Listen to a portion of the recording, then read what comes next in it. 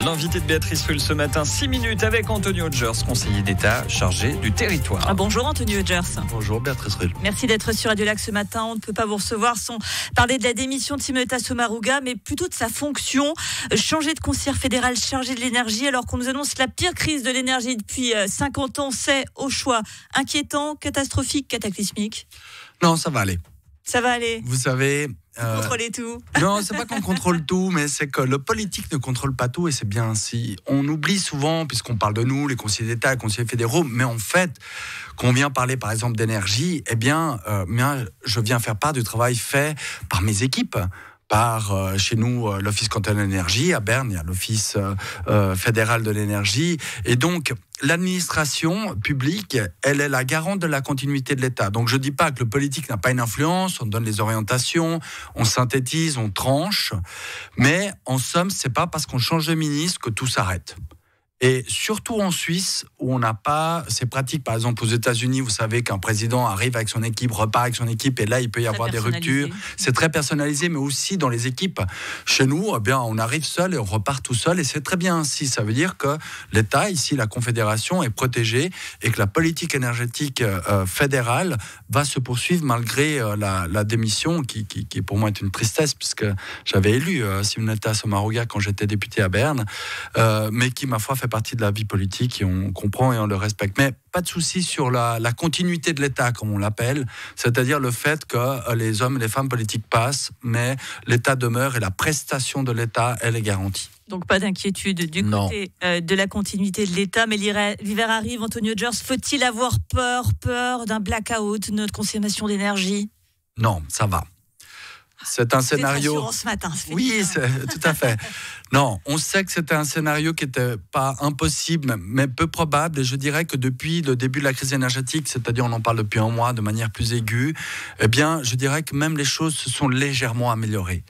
Il y a eu justement, grâce au travail des autorités fédérales aujourd'hui, un recensement un peu plus large des réserves en électricité que nous avons dans notre pays.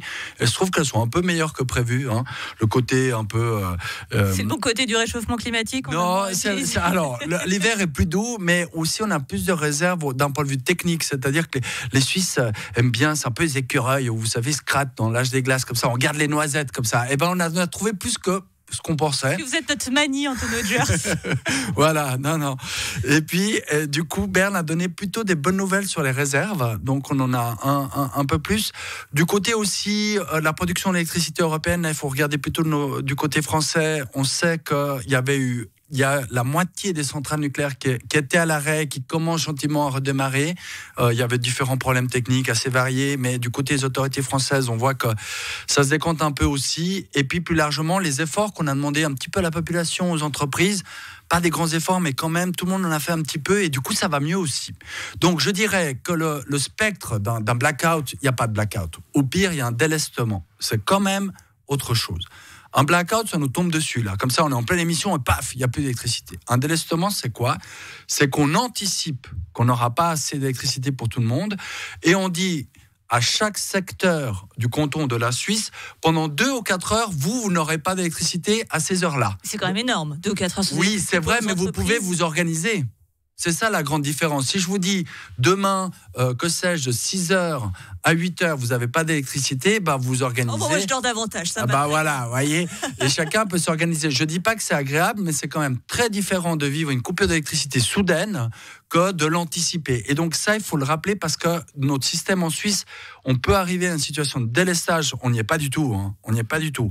Mais de blackout, ça, c'est quand même très, très peu probable, parce qu'on a des systèmes d'anticipation très performants. Et si on sent qu'on n'aura pas assez d'énergie, on préfère, entre guillemets, organiser nous-mêmes le rationnement que de le subir tout d'un coup. Donc, en somme, plutôt du côté des nouvelles du front énergétique, plutôt un léger mieux. Ça ne veut pas dire qu'il faut relâcher nos efforts, mais ça veut dire qu'on peut être un peu moins inquiet pour la suite de l'hiver. De la task force se réunissait il y a 2 jours. Il y a la question cruciale du jet d'eau, Anthony Hodgers. Ah, voilà. Est-ce qu'il va repartir? Parlons des choses essentielles. Mais oui, de l'avenir du monde et de l'humanité autour du jet d'eau de Genève, c'est bien connu.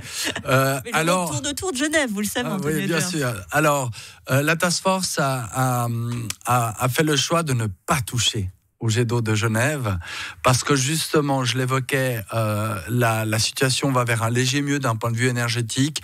On n'était de toute façon pas convaincu que c'était une décision à prendre, en tout cas en l'état, c'est-à-dire à ce niveau 1 des mesures. Vous savez que la Confédération a 4 niveaux. Aux États-Unis, ils ont les Falcon. Nous, c'est Austral. Voilà, on est au niveau Austral 1. Ça va jusqu'à 2, 3, 4. Le 4, c'est le délestage qu'on évoquait tout à l'heure, c'est-à-dire la gestion vraiment de la pénurie. Aujourd'hui, on reste au niveau 1. Visiblement, le Conseil fédéral estime qu'on va y rester tout l'hiver. Donc, pas de raison d'enlever le magnifique jet d'eau des Genevois. Quand bien même aujourd'hui, il est à l'arrêt pour des raisons de maintenance, mais c'est ses vacances annuelles. On le fait chaque année avec SIG, mais donc pas d'arrêt du jet d'eau outre son fonctionnement normal. Nous voilà rassurés. On parlait des mesures, alors notamment les 20 degrés dans le bâtiment de l'État et dans nos logements, la saison de chauffe qui a débuté plus tard au 20 octobre, l'extinction de l'éclairage public. Mais par contre, vous conservez les chaufferettes sur les terrasses des restaurants, encore les illuminations qui, a priori, sont des moments où l'on consomme beaucoup ces chaufferettes sur les terrasses extérieures. Ça peut sembler une aberration presque. Alors, tout d'abord, il faut savoir qu'à Genève, ces chaufferettes ne sont autorisées que si elles fonctionnent à l'énergie renouvelable, c'est-à-dire au pellet essentiellement. Et donc, ce n'est pas l'équivalent des chaufferettes que l'on connaît en France, ou même aujourd'hui à Paris, les chaufferettes électriques sont interdites et sont en train d'être changées. Mais nous, on n'a jamais autorisé ça à Genève. Ça a toujours été des chaufferettes renouvelables. Et c'est vrai qu'on a eu une discussion. Est-ce qu'on garde ces lumières de Noël? Est-ce qu'on garde ces chaufferettes? Même si c'est de l'énergie renouvelable, il faut l'économiser. Eh bien oui. Parce que dans le fond, cette crise énergétique, on la vit pourquoi? On la vit parce qu'il y a eu l'invasion par M. Poutine de l'Ukraine et qu'il y a donc une guerre dans l'Europe de l'Est qui a un impact sur le marché de l'énergie. Très largement dans nos pays, nous avons soutenu l'Ukraine. Nous avons dénoncé cette invasion inique de la part de la Russie sur son voisin. Et par là même, eh bien, il y a aussi dans cette crise énergétique un enjeu de civilisation. C'est-à-dire qu'on ne veut pas qu'à cause de M. Poutine, on ne puisse plus aller boire un verre de vin chaud en terrasse, on ne puisse plus offrir notamment aux enfants les belles illuminations de Noël qui marquent quand même ce moment de fin d'année.